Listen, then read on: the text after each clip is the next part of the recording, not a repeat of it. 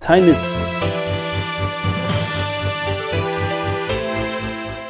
B'siyata d'shmaya, we're going to learn Masechet Taanit Daf. We're going to start from the next Mishnah, 7 lines from the top of the Omid.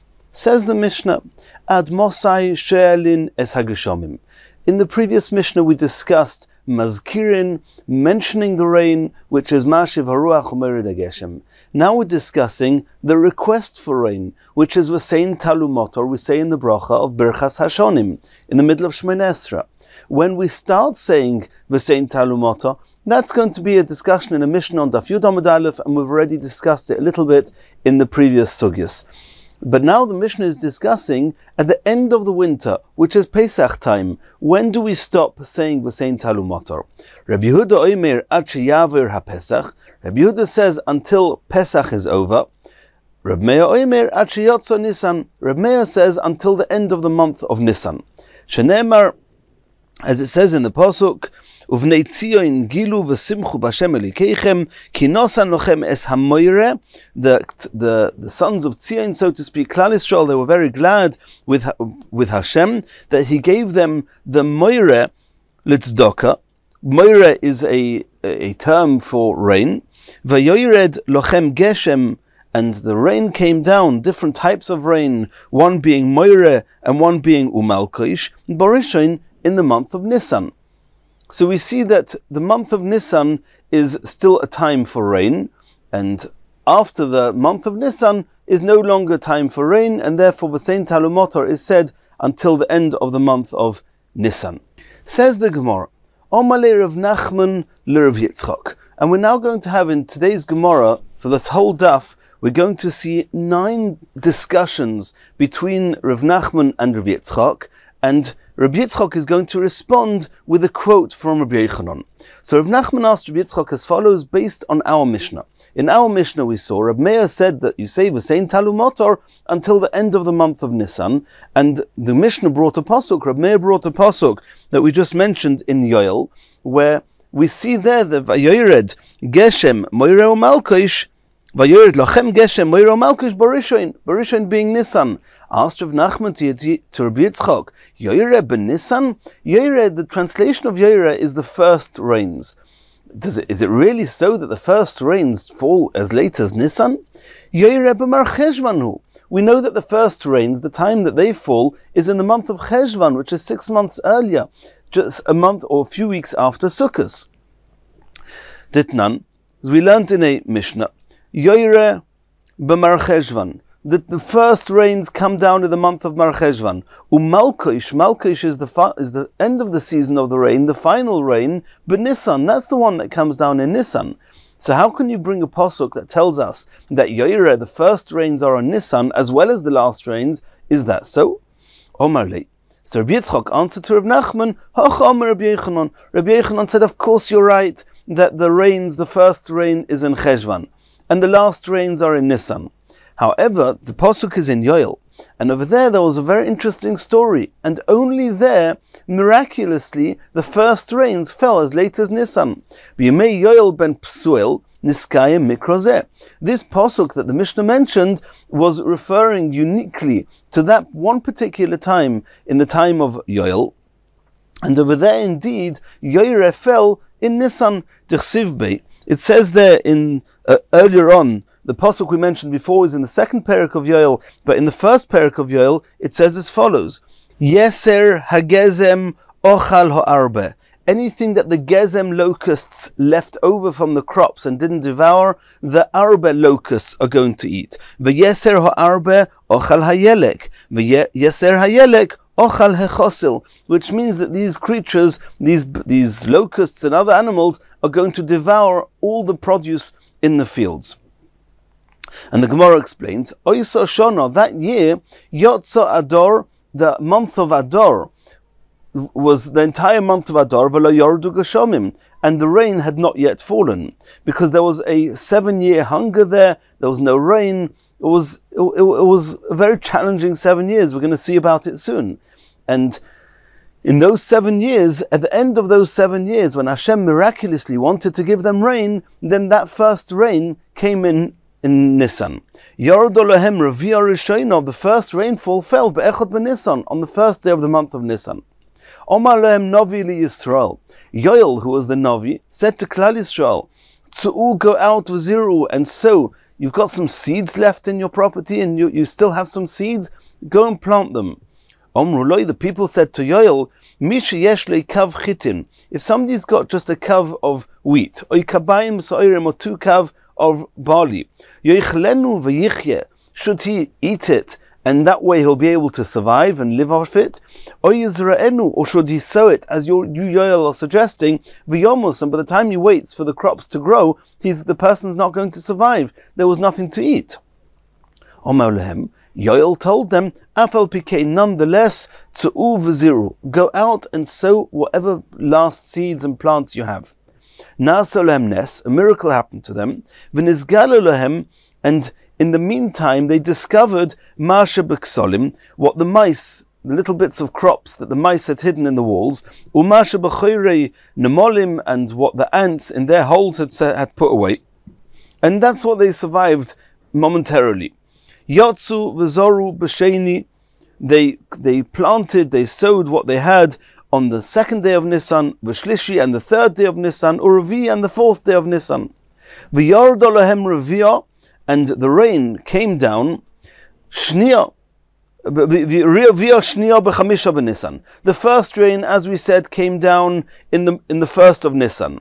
They planted on the 1st, the 2nd, the 3rd, and the 4th. On the 5th of Nisan came down the 2nd rain. Hikrivu oimer b'shisha osor b'Nisan. We know that on the 16th of Nisan, that's the 2nd day of Pesach, they would bring a korban oimer, they would cut some of the new produce, and they would bring it as a korban in the Beis HaMikdash, and it was called the korban oimer. It was made of barley. And over here, they had barley, enough barley with which to bring the korban oimer on the 16th of Nisan.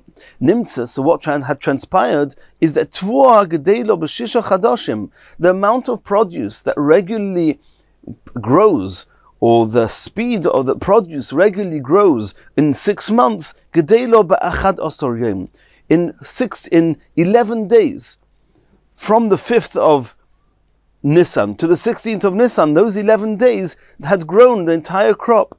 Nimtza oimer hakorev mitvua shel shisha chadashim, that means that the korban oimer that was brought, that is normally brought from produce of 6 months of crops, korav mitvua was now being offered up on the produce shel achad asar yom, of just 11 days, and it grew that fast.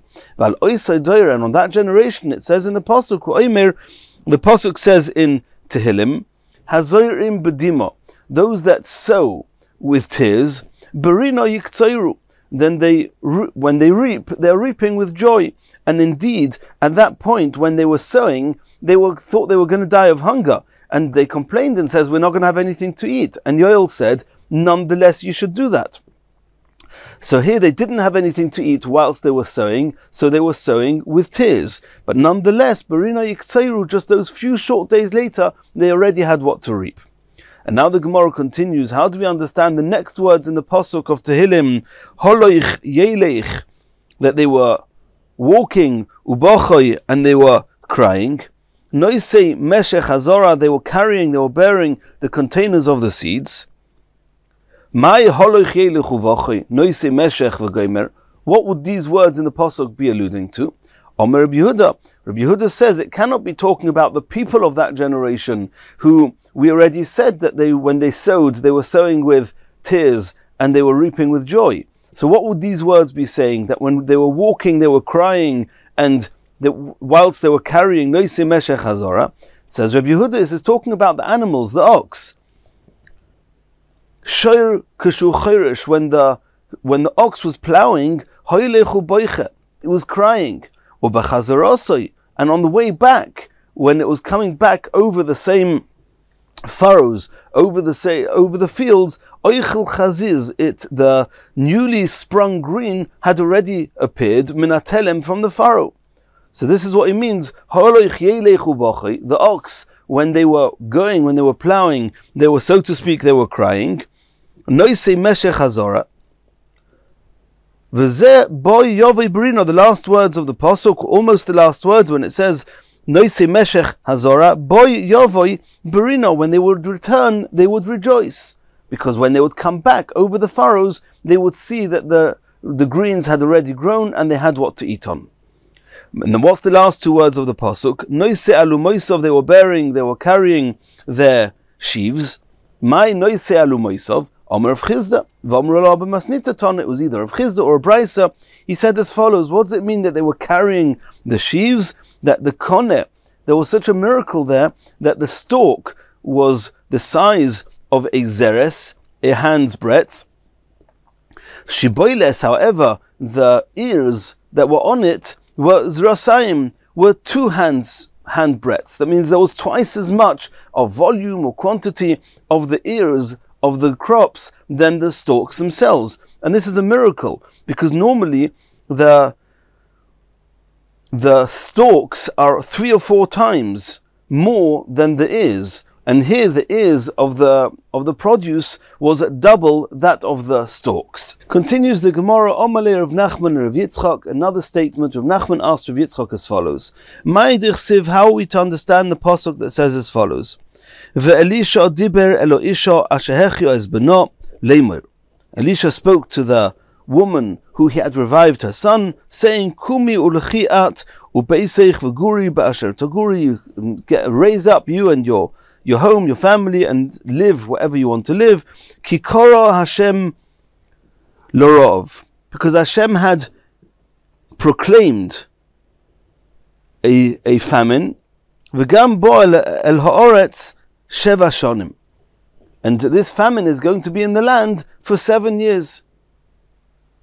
So asks the Gemara, Bahanoch sheva shonim mai ochul, those 7 years that there was a famine, what did they eat? There was nothing to eat. Omar le. So Rabbi Yitzchok said to Rav Nachman, Hoch Omar Rabbi Yochanan. Rabbi Yochanan said as follows: Shana Rishona, the first year, ochlu masha bebatim, they ate what was left over in the homes. Shnia, the second year, ochlu masha besodois, they left over either the sfichin, which is the plants or the vegetation that may have grown on its own, and what was still left in the fields on the previous years. Shlishis, the third year, basar behema tahira, they would eat the flesh of kosher animals. Revius, the fourth year, basar behema tmea, they had no choice. They were starving, they ate the flesh of non-kosher animals. Chamishis, the fifth year, basar shkotzim or ramosim, they were eating the abominable and creeping creatures, which were the shkotzim or ramosim, that's what they were eating. The fifth year. Shishis, the sixth year, basar b'neim uvnosem, they were eating the flesh of their own sons and daughters. Shvius, the seventh year, basar zeroisem, they were eating off their own arms. Lekaim mashenemar, and this is what it says in the pasuk: Vayigzer al yomin v'roiv vayoichal al smoil v'loi soveu ish besar zroi, a man the flesh of his arm yoichelu was eating. Continues the Gemara. This is the third statement of Amalei of Nachman l'Rav Yitzchok. Another question of Nachman asked Rav Yitzchok, Mai dichsiv, how are we to understand the pasuk that says, Loi e'eseh charoin api, loi oshuv l'shachis Ephraim, kikel onoichi v'loi ish, bekirbecha kadosh, that from bekirbecha, in your midst, kadosh is holiness, v'loi ovoi, and I will not come be'ir into the city. So it says in the pasuk, it seems to be that because bekirbecha kadosh, because there's sanctity, there's holiness inside you, in your midst, therefore Hashem is not going to come into the city. So Rav Nachman asked Rabbi Yitzchok, Mishum de bekirbecha kadosh, does it make sense that because there's kedusha in the midst, lo ovoi be'ir, Hashem is not going to come to the city? Omar lei, so Rabbi Yitzchok answered to Rav Nachman, Hoch Omar Rabbi Yochanan. Rabbi Yochanan said, Omar Kadosh Baruch Hu, Hashem said, Lo ovoi b'Yerushalayim shel malo. When it says Lo ovoi be'ir, I will not come into the city, it doesn't mean into Yerushalayim. Here, it means the parallel of Yerushalayim in heaven, in Shamayim. Until when is Hashem not going to come into Yerushalayim shel malo? Ad she'ovoi Yerushalayim shel mato. All the while that Yerushalayim here on earth has not been rebuilt. And that's what it means, Bekirbecha Kodesh, all the while that there's that there isn't Kodesh, that means until the time that in your midst there's Kedusha, le'ovoi ba'ir, I'm not going to come to the Yerushalayim shel Ma'ala. And where do we see this such a concept? U'mi'ekel Yerushalayim le'Ma'ala. What would be your source that parallel to Yerushalayim down here, there's a similar Yerushalayim in Shemaim? Says the Gemara, there is D'chsiv, as it says in the Pasuk, Yerushalayim habnuya, Yerushalayim which is built, when Yerushalayim will be built, Ke'iru shechubra lo, as a city which is joined to it, yachtov, together. So you see that the Yerushalayim down here has another Yerushalayim joined to it. What does that mean? It means the Yerushalayim shel Ma'ala. That's what the Yerushalayim shel Ma'ala, that's parallel to the Yerushalayim shel Mata. Continues the Gemara, number 4. V'omar le Rav Nachman Rabbi Yitzchok, mai d'chsiv. How do we understand the pasuk that says as follows? Uba'achas, and all together, Yevaru v'yichsolu, that they will be senseless and stupid, and Musar havolim, and the rebuke of vanities, Eitzu, each one is wooden. Interesting pasuk in Yirmiyah. We have to understand it. So that's what Rav Nachman was saying to Rabbi Yitzchok. What is this pasuk telling us? Omar le hacha omar Rabbi Yochanan. Rabbi Yitzchok said that Rabbi Yochanan explained as follows. Achas, when the pasuk says uba achas, it means a single aveira. Achas is a single aveira shemva'eres. When it says yivaru, the literal translation is that they will be senseless. What it means is that shemva'eres, it will burn. The word ba'ir also means to burn. It will burn the Rishoyim beGehenim. It will burn the Rishoyim in the Gehenim. Umaihi, and what is that? This is the Aveira, says the Gemara, Avodah Zarah. It's idolatry. It's serving Avodah Zarah. Ksiv hocha, how would we know that? Because it says in this pasuk, Musar havolim eitzu, that the rebuke of vanities and eitzu is that they're all like wood. Uksiv hosam, and regarding Avodah Zarah, it says Hevel heimo Masechet Taanit Daf, that they are vanity, the work of tatuim, the work of delusion. So you see there that Avodah Zarah is called a hevel, and over here also we're talking about hevel, as the pasuk said, musar havolim. So when it says that uba'achas yevaru, that there's one avera which is a cause for a shoyim to be burnt up, and that is Avodah Zarah. Continues the Gemara, v'omar le Rav Nachman le Rabbi Yitzchok. Ma'odich, how do we understand the following pasuk? Kishtayim rois, 2 evils, also Ami, my nation, has committed. Tartin hu dehava, asks the Gemara, that the pasuk says Kishtayim rois, also Ami, and the pasuk actually tells us what they are. The pasuk says Oisi ozvu, Hashem says that they have neglected, they have gone away from me. Mekor ma'im chayim, that I am the source of water of life. Lachtzov lehem boiros nishborim, that they have dug out for them, they've hewn for them the wells or cisterns that are broken. Asher lo yochlu hamayim, that cannot contain the water. But the Gemara is asking, how can you say Kishtayim rois also Ami, that the nation did 2 averos? Taratin hu dehava, were there only 2? Esrin ve'arba shvikin lehu, you've ignored 24. And Rashi says, either based on Psukim in Yecheskel, that they had done 24 averos, or it's referring to the 24 Sforim in the Tanakh that they had transgressed. Why? What does it mean, Shtayim rois 2 averos? Omar le, so Rabbi Yitzchok said in the name Hacham Rabbi Yochanan, Achasi, the pasuk is alluding to a single avera that was shkula kishtayim, that was equal to 2 averos. Now the basic reading of the pasuk would mean that the 2 averos that they had done was that they had been ozvu, they'd left Hashem, and that they'd gone to idols that were comparable to broken cisterns that were useless. But here Rashi actually says that sheshkulo kishtayim means that the avera they did was equal to 2, which means it was worse than what the kutiyim did and what the kadriyim did. And we'll soon see what that means.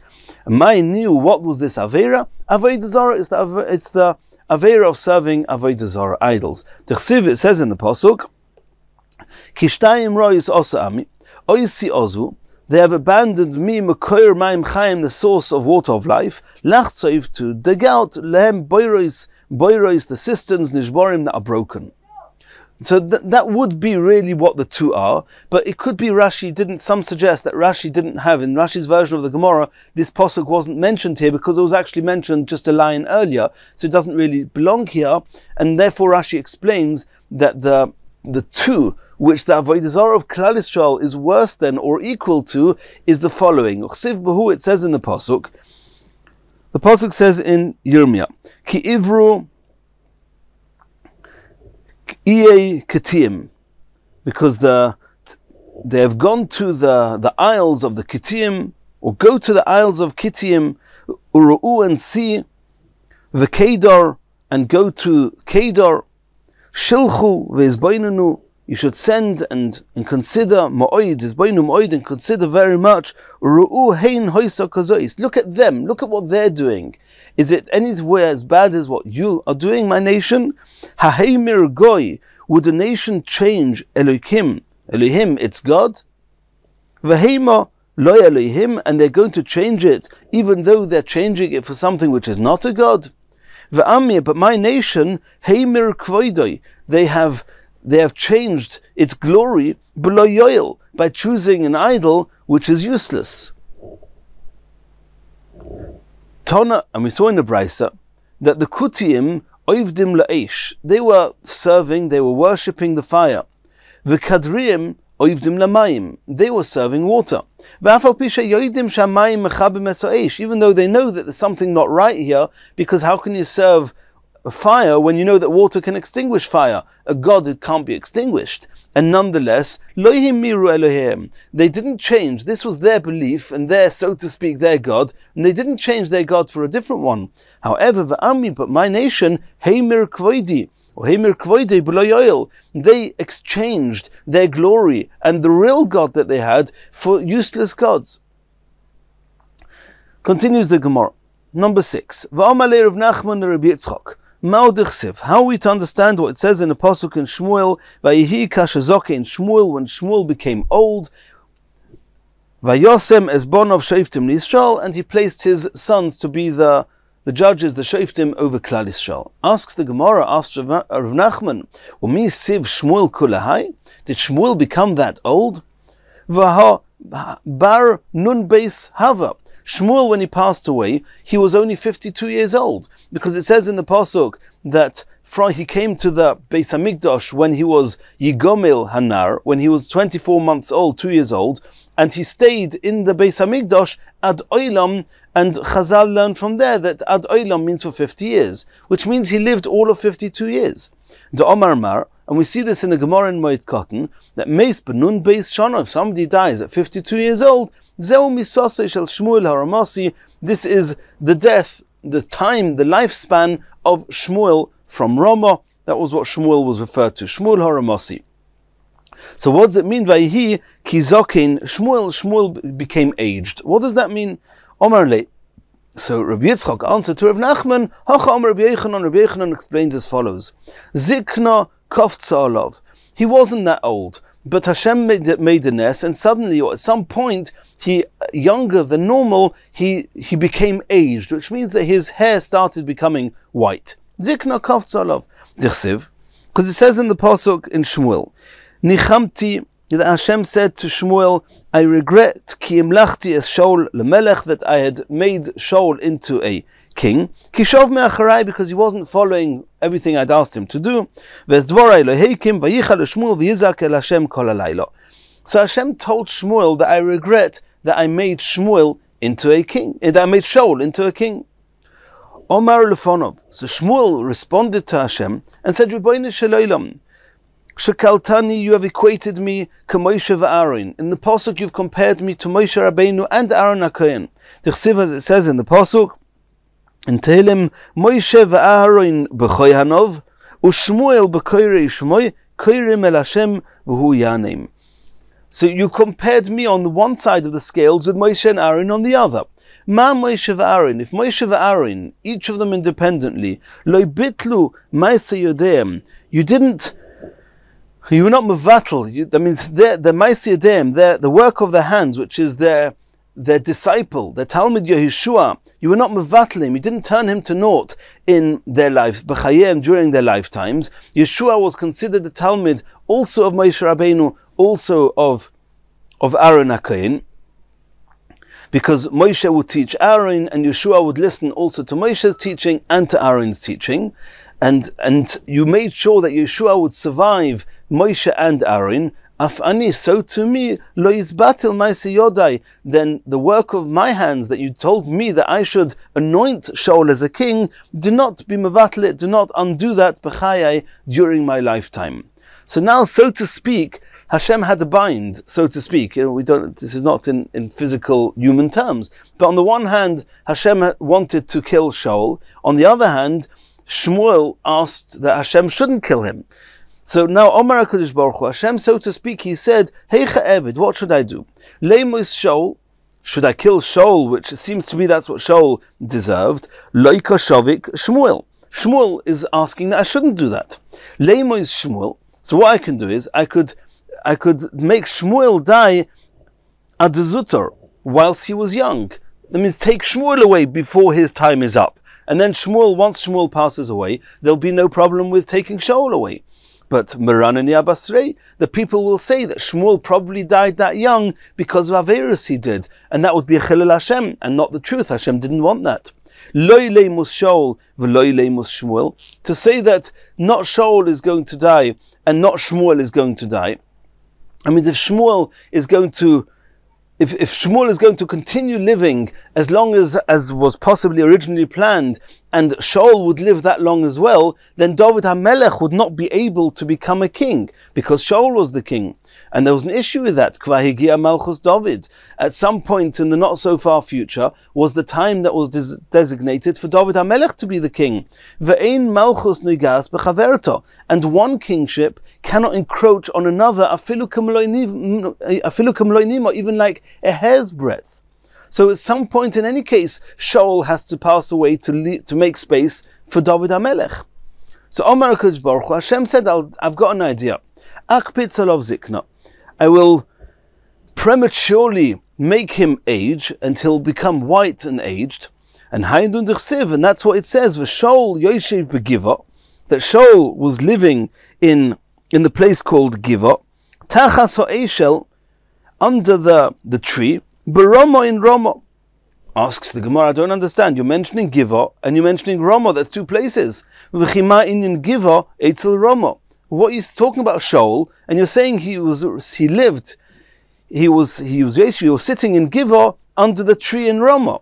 The pasuk is teaching us that mi goram l'Shaul leishiv begiva shtayim shonim umechza. Those last 2.5 years, in whose merit did Shaul deserve to survive and stay in the place called Giva? The answer is Tfilasei shel Shmuel haramasi. It was only the tefillas that we just mentioned of Shmuel, and Shmuel was called a tree, and because he was a strong tree, and Barama, he came from Ramasi, as we saw before. So it was the Eshel in Ramah that was the source. So that was the reason that Shaul was Yeshiv begiva. Asks the Gemara, Umi mitchi gavra mikama gavra? Well, so what's happened here is it seems that Shmuel had to pass away in order that Shaul could pass away, in order that David HaMelech could become a king. Do we ever find that one person is shoved away for the sake of another? Shmuel is being moved aside to make space for David? Answers the Gemara in, yes, there is such a thing. The Amr Shmuel bar Nachmeni, Amr Rabbi Yechanan, Ma d'chsiv, when it says in the pasuk, Al kein chotzavti banavim, that Hashem says that I've dug out my words, banavim, with the prophets, haragtim be'imrei pi, and I have killed him with the words of my mouth. Umishpatecha oir yetze. So the Gemara is saying, b'maasehem lo inemar, elo be'imrei fi. When it says haragtim, I have killed him, it doesn't say I killed them because of the maasehem, because of their evil deeds. It says haragtim, I have killed them, B'imrei pi, just because my mouth has said that, just because I've decreed that. Elo b'imrei pi. Almost you see that mitche gavra, mikame gavra, that sometimes a person dies just because Hashem so decided, even though it wasn't what he would have deserved as of his own actions and deeds, but Hashem says, I need to now move you aside to make space for somebody else. Continues the Gemara, the seventh discussion, Rav Nachman, Rabbi Yitzchok have a yosva besudasa. This time they were sitting together at a meal. Omar le Rav Nachman le Rabbi Yitzchok. Rav Nachman said to Rabbi Yitzchok, Leimer mar milsa, my master, say some divrei Torah, tell us something. Omar le Rav Nachman Rabbi Yitzchok. Rav Nachman said to Rabbi Yitzchok, Hachar Omar Rabbi Yochanan. Rabbi Yitzchok said to Rav Nachman, Rabbi Yochanan said as follows, Ein masichin basuda. You don't talk in the middle of a meal, in the middle of eating. Shema is dangerous because Shema may be yaktim kono, that whilst you're eating, then if you speak and the windpipe gets open, and the food will go into the windpipe before going leveshet into the esophagus, into the food pipe. V'yavoy lidei sakona, and it will be dangerous. And therefore, I'm not saying anything during the meal. Basa decide, when they finished their meal, Omar le, so now Rabbi Yitzchok turned back to Rav Nachman and said, Omar le, and now Rabbi Yitzchok responded to Rav Nachman and said, Hacha Omar Rabbi Yochanan, now I've finished eating, now is the time that I can tell you something. Rabbi Yochanan said as follows, Yaakov Avinu loy meis. Yaakov Avinu, he didn't die, he's living eternally. Omar le, so he asked him, this is Rav Nachman answered to Rabbi Yitzchok, V'chi, B'chti, was it for nothing, softu softayo, that those that were eulogized him, V'chontu chontaya, and those that were embalming him, embalmed him, V'kovru kevraya, and those that were burying him, they buried him? Omar le, so he said to him, Mikra ani dairish. He says, there's psukim, what can I do? Those people, they thought that Yaakov Avinu died, so they eulogized him, and they embalmed him, and they buried him. But there's a pasuk. The pasuk says, Mikra nideira shenema. The pasuk says as follows: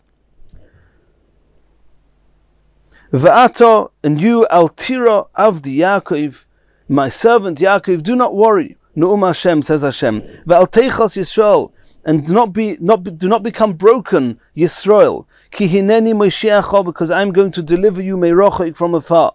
I'm going to deliver you, Yaakov. Ve'ezaracha, and your children, I'm going to me'eretz shivyom, I'm going to deliver them from captivity, from the land of their captivity. So you see that Hashem is speaking to Yaakov and saying, I'm going to deliver you, Yaakov, at the same time as I'm going to deliver your children, your descendants, from their captivity. So Makish Hulazari, the Pasuk compares Yaakov Avinu to his descendants. Ma'azari B'chaim, in the same way as delivering his descendants from captivity is clearly talking about his descendants that are alive, because dead people are not in captivity and don't get delivered. Afu B'chaim. So too, we're talking about Yaakov Avinu, you also are going to be similarly delivered and have a Yeshua. So you see that Yaakov Avinu is going to stay alive all the while that his descendants are alive. Continues the Gemara. Omar Rabbi Yitzchok. Another statement from Rabbi Yitzchok. Kol ha'omer, anybody who says Rochav, who mentions Rochav, she was a Zaina, and whoever mentions Rochav's name twice, Miyad Nikri, it is cause for him to become Tomei. Because of her deeds, her actions were so low and immoral, that's what's going to happen.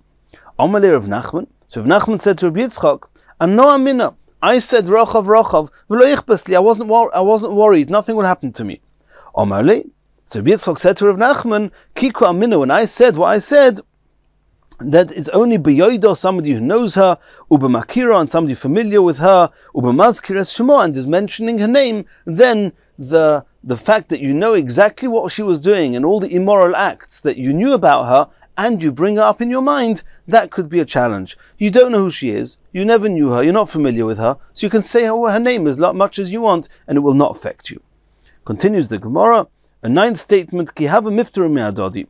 When Rabbi Yitzchok and Rav Nachman took leave of each other, Omar le, Rav Nachman said to Rabbi Yitzchok, Livorchen mar, my master, give me a bracha. Omar le, so Rabbi Yitzchok said to Rav Nachman, Emshei lecha moshel, I'll give you a parable. This is compared to a person who was going in the desert, and he was hungry, and tired, and thirsty. Umotza ilon, and he found a tree shepiroisav masukim, that his fruits were very sweet to eat. V'tziloi noeh, and the shade was very pleasant, so he could rest himself under it. Ve'amas hamayim uveres tachtov, and there was a stream that was flowing beneath it, from where he could drink. Ochal mi peiroisav, he ate from the fruits. V'shasa mi meimov, and drank from the waters. V'yoshav b'tziloi, and sat in the shade. Ukeshabikesh leilich, and when this person sought to take leave from the tree, Omar, he said, Ilon, Ilon, tree, tree. With what can I bless you? If I should bless you that your fruits should be sweet, they're already sweet. That you should have a pleasant shade. You have a pleasant shade. That there should be a stream of water flowing beneath you. You have that. Elo, the only thing I can give you a blessing, a bracha, yirotzin, it should be Hashem's desire. Shekol netiyos, all the offshoots, shenoite mimcha, that get planted from you, you kamoischa, should have all the virtues that you have. Af Atar says with Yitzchok to Rav Nachman, B'mei avarechacha, how can I give you a bracha? In b'Torah, if with Torah, Harei Torah, you've got Torah. And the Bachi adds on, and it seems in Rashi that he says that, let's read the words in the Gemara. In Ba'isha, with riches, Hari Oisha, you have riches. In Babonim, with children, Hari Bonim, you have children. You have, right. And the Bach adds on, Lugdula, with greatness, covered, and honor. Eloi says, Yirotzein, it should be Hashem's desire, Shekol Tze'etzoe Me'echo, that all your offspring, Kamoischo, should be like you. And in Mirz Hashem, in the next Shiur, we're going to continue from here.